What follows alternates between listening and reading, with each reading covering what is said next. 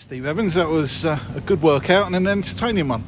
Yeah, I think if you're here for both teams, you've seen 5 goals, you've seen some really good goals, you've seen some sloppy goals, you've certainly seen some great play with both teams at different times, and it's a good win. That's a fantastic young Arsenal side that went to Cambridge and won easy, went to Northampton and won easy, and I think when they scored after 6 minutes I thought they were going to win easy again. So we've got fantastic characters. We've had a bad sickness bug in the camp for about a week now, and it's hit a lot of players, so we're light in numbers as well, so we're limited in what we could do, but we said to them, let's go. We're still picking a strong side, let's go win the game, and I thought we deserve to win. They came at you early, which I guess you're going to expect, and perhaps took a little while to suss them out. No, I just think we took a little while to get used to a system that you only see playing at 23 football.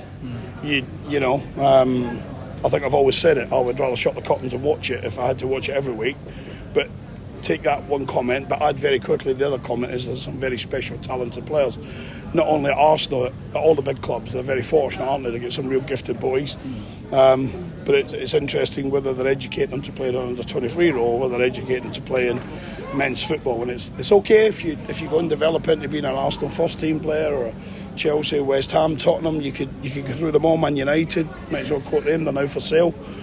So from that point of view, we just had to take 15 minutes, not take 15 minutes, but it took us 15 minutes to understand just how to combat it a little bit more. And I think we dominated half time. The unfortunate thing is we're behind at half time, so it tells a false story. And we said to the players, we're not making any changes, because probably a fair scoreline's 3-1 to us. But we came out the second half and we did really well. And when we go in front and then they have an equaliser, which is a special goal from an incredible young player, then we got the other end, and Arthur Reed's, it's a fantastic strike. So, and I think there on the end, apart from the last 30 seconds or so, we should put the game to bed. Should we missed 2 or 3 good chances to kill the game completely. David Amu as well, it's his first goal in the Stevenage shirt, and probably his first 90 minutes, if I'm right.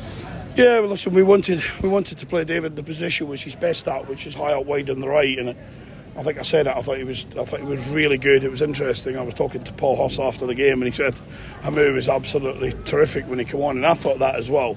But illness and such like has changed the team from what was in our thoughts coming home on the coach Saturday. A couple of more go down with the bug, and then all of a sudden we have to change our shape and our preparation, our system, even as late as lunchtime today. So, but it appears to be a 24-hour thing, so it doesn't appear to be long term. So we're confident in as much as we can be that we'll get rid of a lot of it before we go to Kingsland. How much does it mean into the last 16? I mean, obviously there's money implications as much as anything else, but there's still that carrot of a Wembley appearance if you can keep winning. Yeah, I think I said it when I come here, is that one of the briefs you got as a Peterborough United manager, and they're a really great club. I've lived in the city for 30 years, and one of the briefs you get is to do really well in the league and have a run in the Papa John's. Not have a run, win it is your brief. And I can remember saying to the chairman, part of my brief is we can't win the FA Cup, but we hope to do well in it. We can't win the Carabao, we hope to do well in it, but we can win the Papa John's, and we can do well in the league. So that's the 2 core objectives, and we'll see if the draw's kind to us. And thoughts now on to the FA Cup.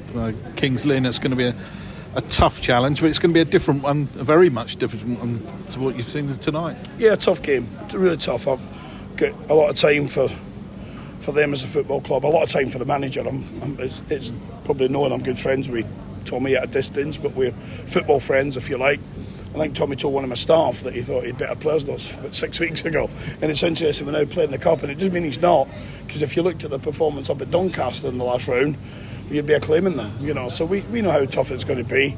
They're not a Conference North club by ability and by player. They're very much a high-end National League club, and we know the difference in the National League at the top end. When your Notts Counties and your Chesterfields and your Wrexhams and such like, they could be at the top end of the league that we're in. And how is the squad? I know you've touched on it, but obviously, 5-6 players missing tonight? Yeah, listen, what you can't help is I can't get them here if they're sitting down.